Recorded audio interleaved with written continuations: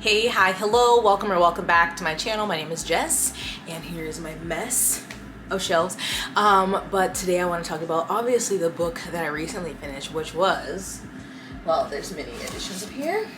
The Adventures of Amina Al-Sirafi by Shannon Chakraborty, the author of the beloved Daevabad trilogy, which starts with the City of Brass and the Kingdom of Copper and then the Empire of Gold, which I loved. So I had high expectations for this. Now, the first time I saw that she had a book coming out, I was like, okay, automatically gotta read it. And then once we found out it was a pirate story, I was because I have not had good luck with pirate stories in the past. But I was like, if anyone's going to make a good pirate story, it's gonna be Shannon.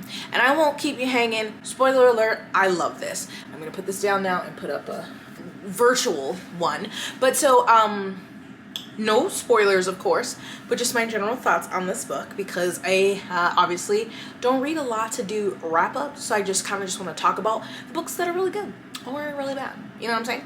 Anyway, so this book is about Amina Al-Sirafi, obviously, the titular character, if you will, and she is a pirate, but when we meet her, she is telling her story to someone who's basically like a chronicler, maybe like someone who wants to write her life story.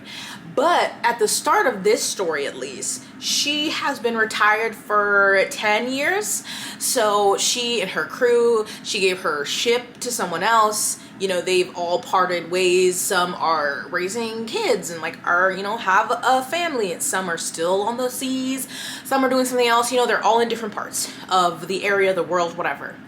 And she has a daughter. And like I said, she's retired. But someone at the start of this book, someone shows up at her home, which is like highly suspicious. What the fuck is that? Someone shows up at her home, which is like, how dare you? How did you find her? And they're asking her to get back active, you know, get back in on the scene, on the seas, if you will. And she's like, no, I'm not doing that. I don't do that. I don't know who you think I am. I am not her. Anyways, this person wants her to go on a rescue mission, for lack of better words for her. And what is this?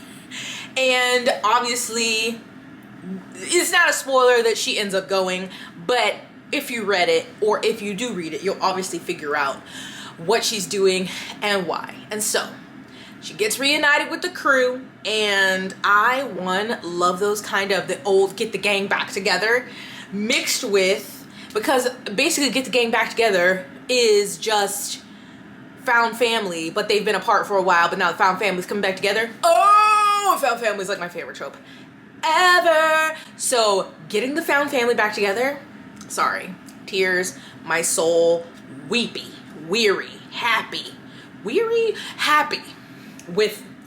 love and feelings. I love this because they're older. Our characters are older. Our main characters are older, especially Amina. She's a mother, which I'm not, but I just think that's different than what we typically see in fantasy, because obviously if the main character is a woman, she's usually very young. And obviously she's either single or betrothed to someone. And I feel like there was a quote in the beginning of it that was like, made me tear up, and I'm not even a mother. For all of those parenting in hardship during pandemics, through climate crises, and under occupation, for those struggling to keep food on the table and juggle multiple jobs and impossible childcare, for everyone who set aside their own dreams briefly or forever to lift those of the next generation. Like, yes, sir. And I just, we love to see it. So all that, I love that right off the bat, we have a older, mature character who's been through it. Okay, she's been on the sea, she's been living life, she has done some things, she's thinked some things. But obviously she also is a follower of Islam, and you see that in the story, as obviously you also see in the Daevabad trilogy, because the author is Muslim. And so while I am not religious myself, I still can appreciate it in a story. And I liked it here, especially when Amina was very honest with herself that a lot of the things that she's done or is doing may not be exactly what her faith would approve of or call righteous or holy, or I don't know if they use those words too for Islam, but there's great lines of humor in here. There's great moments of action and of course adventure, and I thought it was paced really well. I love Shannon's writing. I think if you don't like the writing, then that's your problem, because it's great. But obviously everyone's writing doesn't work for everyone. I love her writing, and I just thought this was so good, and I was intimidated to start it for a while because I haven't been reading books that have been over 400 pages. I've really been trying to keep it, I mean, ideally 200 to 300, but that's not as many. So this is like 470, maybe 470 pages, but it felt like, to me, like, I have some people said that it was slow in the beginning. I didn't think so. I thought it was a great build, like, because you're getting to know Amina, where she was, and like why she is where she is right now. And then obviously we have the person coming in to ask her to do this mission, the setup, and then she's gotta, you know, go back out there and round up the crew, which I love. But maybe if you're not a fan of that kind of, and it's you know, a lot of fantasies have like the trip, like the journey, and I think obviously when it's a pirate story there's always going to be a journey because they're on the seas. But, and that could be hit or miss for me, the journey, but this one worked for me. I was never bored. There were moments of just like the stakes being heightened, or something that added a new level or a new goal or mission or complication to the story. And I thought they were all well thought out. The bad of the story and the twists that come with that. Oh my God, I was like, ah! Especially like at the halfway mark, I swear every chapter I was like, oh my God, what's gonna happen next?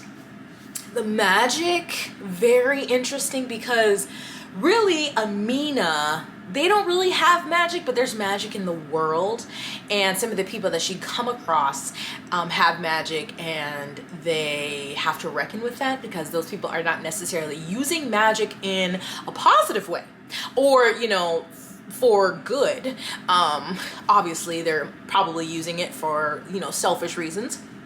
And I just thought that was really interesting and unique. Obviously, it's very different than the Daevabad trilogy, but some of the same, you see some of the same terminology or the same like creatures pop up. Like there's a Marid and there's a Jinn. The Jinn is not a huge part of the story. I don't want to say that and like mismarket it to you, but you just see, like, obviously because this is Middle Eastern, North African, where it takes place. And so just some of those little things, just, I was like, oh, I know what that is. Oh, I know what that is. And of course, just the world itself was just so beautiful. I love the map in the beginning or in the front because, you know, I love a map. And so it's, you can see it's really like off the coast of Africa, and here is this is the color map. And I don't know, the descriptions, I myself, I know some people don't, but when I'm reading something, I'll flip back to the beginning to be like, oh, this is where they are. I loved the people who were on her ship and things that were happening and the different people, beings, creatures we encountered in the story, and the different ways their relationships or their encounters worked out.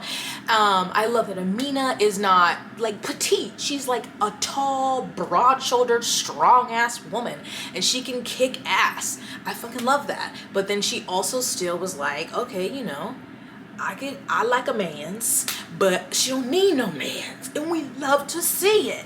I love that there was family, familial and friend, or like found family. There were issues, you know, there were like, oh, well, you know, we've had this issue in the past, or you haven't talked to me in a long time. Just things that are very much real world translated into a fantasy setting that just makes the characters feel so much more real and authentic to me. And I just was so engulfed in this story because I was like, oh my God, what's gonna happen to Auntie? And just when I was like, okay, I think I know where this is, how this is gonna end. Like, not exactly, but in traditional fantasy matter. And then that didn't happen. She was like, you thought, and she went and added something, and I was like, oh, what does this mean? And especially something, the last part I revealed, and I was like, oh, I didn't know that.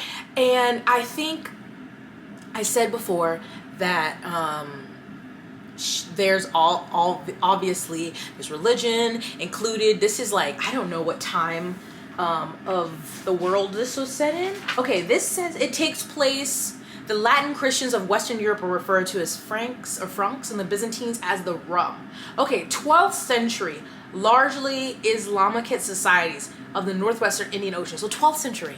Okay, so obviously lots of religion, it's that time, but there also are some other unique things she adds in, that discussions, I don't want to say what, that are more current things, but did not feel out of place in the story, how she did it, and it just was very seamless adding it in.